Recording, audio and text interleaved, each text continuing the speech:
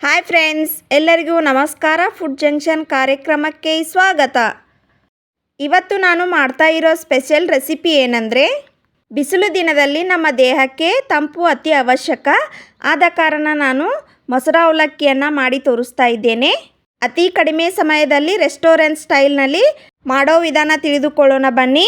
ಮೊದಲಿಗೆ ಬೇಕಾಗುವ ಸಾಮಗ್ರಿಗಳು: 1 ಬೌಲ್ ಅವಲಕ್ಕಿಯನ್ನು ಜರಡಿಗೆ ಹಾಕಿ ತಗೊಳ್ಬೇಕು. ನಂತರ 1 ಕಪ್ನಷ್ಟು ಈರುಳ್ಳಿಯನ್ನು ತೆಗೆದುಕೊಂಡಿದ್ದೇನೆ. 4 ಕಟ್ ಮಾಡಿದ ಹಸಿಮೆಣಸಿನಕಾಯಿ, ಕೊತ್ತಂಬರಿ ಸೊಪ್ಪು, ಕರಿಬೇವು ಸೊಪ್ಪು, ಒಗ್ಗರಣೆಗೆ ಸಾಸಿವೆ, ಜೀರಿಗೆ, ನಂತರ 1 ಬೌಲ್ನಷ್ಟು ಮೊಸರನ್ನು ತೆಗೆದುಕೊಂಡಿದ್ದೇನೆ. ಅವಲಕ್ಕಿಯನ್ನು ಮೊದಲಿಗೆ ಜರಡಿಗೆ ಹಾಕಿ ನೆನೆಸ್ಕೊಳ್ಬೇಕು. ಇದನ್ನು ಮೊದಲು ಕ್ಲೀನಾಗಿ ತೊಳೆದುಕೊಳ್ತಾ ಇದ್ದೇನೆ. ನೋಡಿ ಫ್ರೆಂಡ್ಸ್, ಇದನ್ನು ತೊಳೆದುಕೊಳ್ಳೋದಾದಮೇಲೆ 1 ನಿಮಿಷ ನೆನೆಯಲು ಬಿಡಿ. ಫ್ರೆಂಡ್ಸ್, ಈ ರೆಸಿಪಿಯನ್ನು ಕ್ವಿಕ್ಕಾಗಿ ಮಾಡ್ಕೊಂಡು ತಿನ್ಬೋದು. ಇವಾಗ ನಾನು 1 ಬೌಲಿಗೆ ನೆನೆಸಿದ ಅವಲಕ್ಕಿಯನ್ನು ಹಾಕಿಕೊಳ್ತಾ ಇದ್ದೇನೆ. ನಂತರ ಕಟ್ ಮಾಡಿದ ಹಸಿಮೆಣಸಿನಕಾಯಿಯನ್ನು ಹಾಕಿಕೊಳ್ಬೇಕು. ಬೇಸಿಗೆ ದಿನದಲ್ಲಿ ಈ ಥರ ರೆಸಿಪಿಯನ್ನು ಮಾಡ್ಕೊಳ್ಬೋದು. ನಮ್ಮ ದೇಹಕ್ಕೆ ತಂಪು ಅತಿ ಅವಶ್ಯಕವಾಗಿದೆ. ಇವಾಗ ನಾನು ಕಟ್ ಮಾಡಿದ ಈರುಳ್ಳಿಯನ್ನು ಹಾಕಿಕೊಳ್ತಾ ಇದ್ದೇನೆ. ನಂತರ ರುಚಿಗೆ ತಕ್ಕಷ್ಟು ಉಪ್ಪನ್ನು ಸೇರಿಸಿಕೊಳ್ಳಿ. ಇವಾಗ ಮೊಸರನ್ನು ಸೇರಿಸಿ, ದೇಹಕ್ಕೆ ತುಂಬ ಹೀಟ್ ಆದಾಗ ಈ ಥರ ರೆಸಿಪಿಯನ್ನು ಮಾಡ್ಕೊಂಡು ತಿನ್ಬೋದು. ಇವಾಗ ನಾನು ಇದನ್ನು ಕಲಿಸ್ಕೊಳ್ತಾ ಇದ್ದೇನೆ.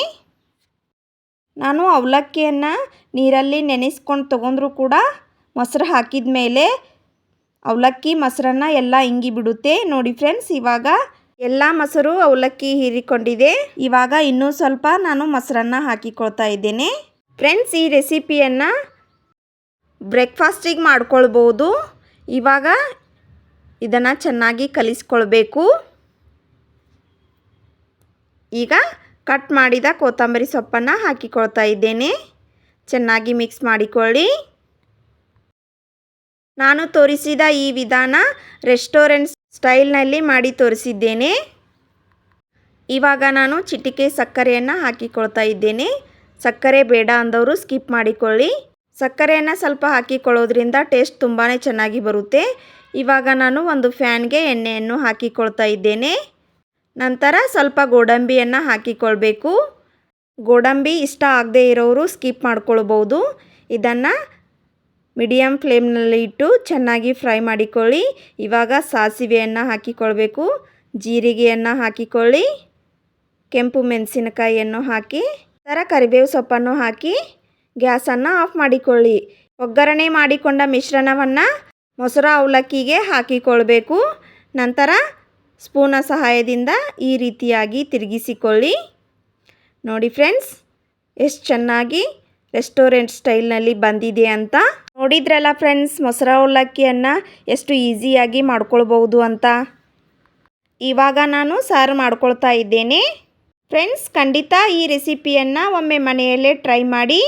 ನೋಡಿ ಫ್ರೆಂಡ್ಸ್, ಎಷ್ಟು ಚೆನ್ನಾಗಿ ಮೊಸರು ಅವಲಕ್ಕಿ ಬಂದಿದೆ. ಈ ರೆಸಿಪಿ ಇಷ್ಟ ಆದರೆ ಲೈಕ್ ಮಾಡಿ, ಶೇರ್ ಮಾಡಿ. ಇನ್ನಷ್ಟು ಈಸಿ ರೆಸಿಪಿಗಾಗಿ ನನ್ನ ಚಾನಲನ್ನು ಸಬ್ಸ್ಕ್ರೈಬ್ ಮಾಡಿಕೊಳ್ಳಿ.